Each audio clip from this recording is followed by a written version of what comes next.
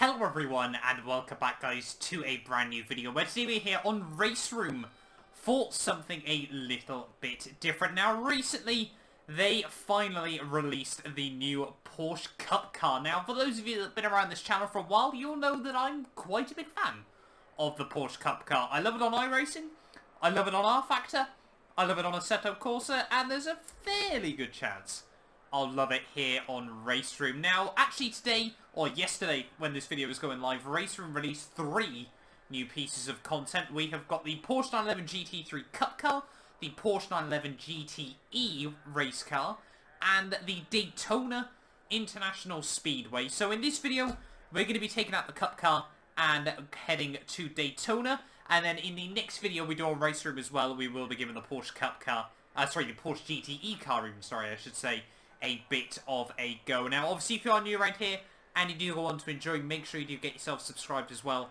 for more RACEROOM content on the channel. Can we just make sure that we're not running way too much fuel in the car? I'm not 100% sure. Obviously, RACEROOM, they've changed a lot of things in recent months, so it's definitely for the best. I'd certainly agree, but hopefully we've got enough fuel. I'm sure we probably do. Anyway then, let's jump into this. We've got the full 2019 car packs.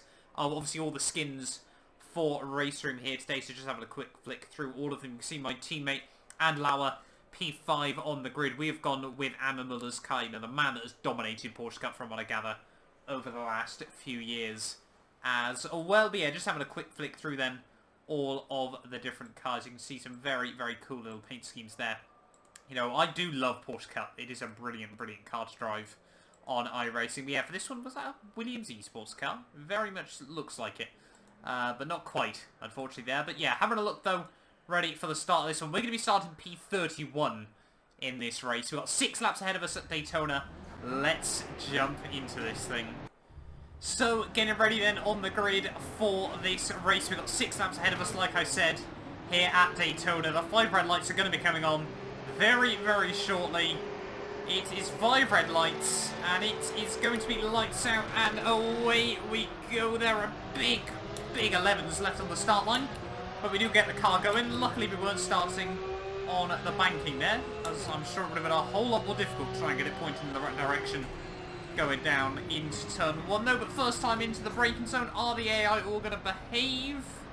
A couple of people very, very slow on the inside, but you can see Andlauer getting a good run around the outside through the first couple of corners there. Struggling a bit with the understeer of the start as we head down in towards the first hairpin. Everyone just bumping and bashing, trying to find some real estate on the circuit. But we've survived for now. We're up a couple of spots straight off the start of this race around the outside of the 77 as we head down in towards the kink. Ooh, just running a little bit wide there onto the grass. Don't want to be out there for very long, I'll be honest. In towards the second hairpin. I am on the inside still, mate, but clearly Kohler refused to give us any sort of room there. We get into the back of him on the exit. Sure, that's what are you doing, mate? Tap, as he's just parking it on the apex in towards the next corner there. And yeah, this thing struggling to try and get the tyres up to temperature at the moment. Just so much understeer absolutely everywhere as we head onto the banking for the first time here. You've got to try and get these fronts working in a good operating window here. As we now got Zimmerman just in front of us as we head through the oval. The first oval, if I'm not mistaken, the RACEROOM has got. Just look how quick the AI just coming up towards the back of us there. Zimmerman braking a bit early. We snag a break on the entry to the bus stop,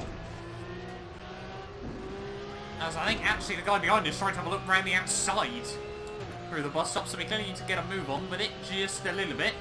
Onto the second part of the banking through the third corner. We have just about survived the opening lap here, and I must admit this track is absolutely brilliant. As well as see the guy behind getting a huge, huge run off the banking there. Is he going to be able to have a look up the inside? We've got the slipstream still. He's still gaining on us on the run down towards turn 1. A big, big squeeze up towards the wall. Try not to snag the brakes. So easy to do, but able to get much, much later on the brakes of the AI through turn 1 there. It's, oh, just look at how much they're concertinaing up through these first 2 corners here. It's absolutely, it's just a car park at the moment We'll find some clear track. We'll go up the inside of a couple of cars there. Don't want to go make it 3 wide through the hairpin. So we're a couple of spots onto lap 2. But yeah, at the moment, we're just trying to hang on in there. Coming down into the kink once again. Just struggling a bit with the understeer still, but the car is slowly starting to work as you'd expect it to. In towards the hairpin, struggling still a bit with the understeer. Oh, guy's going to try and give me a big squeeze on the exit, but can't quite make it work. We still hold on. Remember to be 28.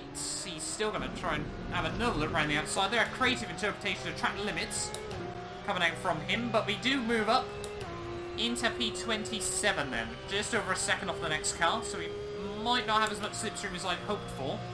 But, I mean, yeah, the Porsche Cup around Daytona is a great combo anyway. A lot of it because of Turn 1 and the bus stop. But on RACEROOM, it's, as you'd expect, brilliant, brilliant fun in this car. And I think RACEROOM's handling model lends itself quite nicely to sort of these cars as well, where it's not quite so brutal as iRacing. But you certainly still feel like the car is behaving as it should. Obviously, Assetto Courses is a little bit different because it's got ABS and traction control. But at the moment, they were just trying to hold on. They got a couple of cars now slowly gaining to the back of us once again. We're going to have to go defensive this time round, as they're just going to stream past us on the run down towards someone. They're right around the outside he goes. And can potentially get the nose back at the inside into turn 1. Dip a wheel on the grass. Oh, a little bit loose through the first corner. Don't let the back end go around on us. We hold it, pointing in the right direction, but only just. As yeah, we seem to be a whole lot quicker through this first technical sector, and then round the oval, the AI seem to have a lot less wind, able to make big, big gains on the tri-oval, but we'll see what we can muster up, see if we can try and close it to these guys just in front of us. Dab with the brakes on the entry through the kink there, just need to try and get the rotation through. Oh my god, that was a bit of a lock-up. And we might have just dispatched to that guy. Apologies. Oh, in all of that, we've ended up losing a place once again there, so a little bit scrappy, just trying to get used to the lack of ABS on RACEROOM once again there. Yeah, look how much we understeer. Still. Just trying to get these tyres working as we'd want them to. Don't know if it's heavy fuel or what, but yeah, a lot more understeering than I was expecting. That seems to be the big thing that I've noticed with this car at the moment. But hey ho, you know, you gotta get used to it. Obviously RACEROOM's made a lot of big, big changes in the last few months to try and make the sim a lot more polished, and they have really, really done it a lot of good. You know, it is, oh god, that's gonna be cheeky, I'll be honest, but yeah, RACEROOM, they've made a lot of focus on, you know, putting in features that it definitely needed, you know, giving it more of a lease of life, and it is benefiting from it greatly at the moment. It is a brilliant, brilliant fun sim. I need to give it a go on some of the RACEROOM servers at some point as well, but that'll be a video for another day, as on the tri-oval once again, already now over the halfway stage of this race. Can we try and gain in on these two down into turn 1? Just pinching the brake ever so slightly, but we get it stopped this time round, but you've got to try and keep it. You get a little bit of off camera on the outside there. Oh god, where are we off? Don't go out there. Yeah, just a little bit of off camber on the outside there, so you got to be careful that you don't set yourself up for some understeer. Come on, put power down. Or getting a bit loose through there, but that's okay. We've held on to it for now. That kink is still not flat. It's the AI breaking very, very early into that. Once again, I'm taking evasive action. Got someone else now all over the back of us. And I think, yeah, unfortunately, their top-end speed is making it very, very difficult to battle with around the entire lap, especially with just... Why is there so much understeer there? Of all places, the car just refuses to bite. Don't know if we're taking the wrong line, whether the tyres just aren't working as we wanted them to, or what, but yeah, definitely not what we wanted. Now we've got under a lot of pressure from Zimmerman again as we head down in towards the bus stop. We have still got the inside, so hopefully we can hold on, but he has got a good run around the outside, just a little bit later on the brakes. Come on, get the switch back on him. Oh, completely slams the door shut there. That's proper Cup car racing. A lot of contact there, but we get the run off the exit. Try and give him a bit of a squeeze. He's still got the nose there, though. We're really, really trying to squeeze him at the moment. Force him down towards the apron. Hopefully he can scupper his run. You can just see how much extra top end AI have got on their setup at the moment. They're coming down towards turn 1, though. 2 laps to go. 280 kph, though. It's certainly no slouch, despite the amount of wing we're running. There's a little bit of, you know, a kiss in towards someone. Someone else is trying to sneak up the inside of us. Get the power down on the exit. Thank you very much. Won't be allowing that to happen so easily. Big, big send up the inside into turn 2. Ooh, tries to turn enemy nonetheless, though. Won't be having any of that, thank you very much. And we're now back up into P28. Not the most positions gained in a race ever, but good fun nonetheless to dig a bit too much curb through there that time round. Alright, get it slowed down, get it rotated through. Obviously there's a lot of traction zones around this circuit, and obviously a couple of very, very important ones. Is first gear better through there? Seems to be. They're still trying to balance it on the throttle on the exit there. Got just about a second to the guys behind, so hopefully that can give us a bit of room to defend with as we head onto the oval for the 5th and penultimate time here. Struggling, you know, once the guys get in front with that lower rear wing, struggling a bit to try and match them at the moment. As you can see, everyone just sneaks through the bus stop, break at the 2 marker.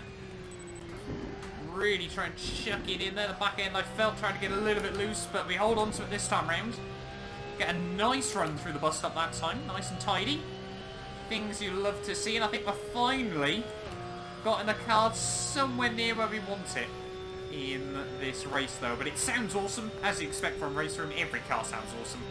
That's just the way RACEROOM works at the end of the day. The sounds are unmatched in pretty much any sim currently, but down towards start finish line once again. We're pretty close in terms of fastest lap times. Down in towards turn 1, try not to snag the brakes too much. Yeah, you've really got to try and get this thing in quite a low gear then on RACEROOM. Try and get the front end rotated through, but let's see if we can... Oh, come on, don't start doing that. Let's see if we can try and set a fastest lap then on this final one. Trying to just keep it fairly clean and tidy. Get the back end out a little bit, but you've still got to do that in this car. It sort of asks you to do it there. As you can see now, finally, we've got the car working where we want it. Made a lot of time up on the guys just in front of me, but I think it is going to be too little too late at the end of the day. On to the oval. One final time. But yeah, this model of Daytona does feel very, very good as well. Car feels brilliant. You know, this certainly hasn't made me fall out of love with the Porsche Cup car as well at the end of the day. And obviously that's always an important factor for me in sim racing. You know, I love this car in pretty much every sim, and I hope that remains the same for many, many years to come. It's definitely a car I'm considering doing more with in iRacing 2020 Season 3. There's because the AI are very, very aggressive down in towards the bus stop for the final time. Could we potentially capitalise on this? Get the car rotated through, attack the curbs on the exit as best as possible. We are gaining, but I wonder if it's going to be enough at the end of the day in the slipstream. But I think now the AI can just see slowly but surely their lower wings starting to help them out there as the top guys have made it to the finish line. We're in the tow, but it's not quite going to be good enough at the end of the day there. Are we going to set fastest lap though? That would be quite nice. Oh, everyone breaking towards the finish line. That was quite a big shunt right at the very end there, but Coleman takes home the race victory there in the end. A 152.3 fastest lap. I've got no idea why the AI all decided to brake at the finish line there. But yeah, that was a brilliant, brilliant good fun race though, nonetheless, at the end of the day. Thank you all so much for watching this video. If you did enjoy, make sure you get yourself subscribed as well for more RACEROOM content coming to the channel. Like I said, we will be taking out the Porsche GTE car very, very soon as well for a quick test drive. Yeah, that'll do us for this one then, guys, and we will be back very, very soon with that test of the Porsche.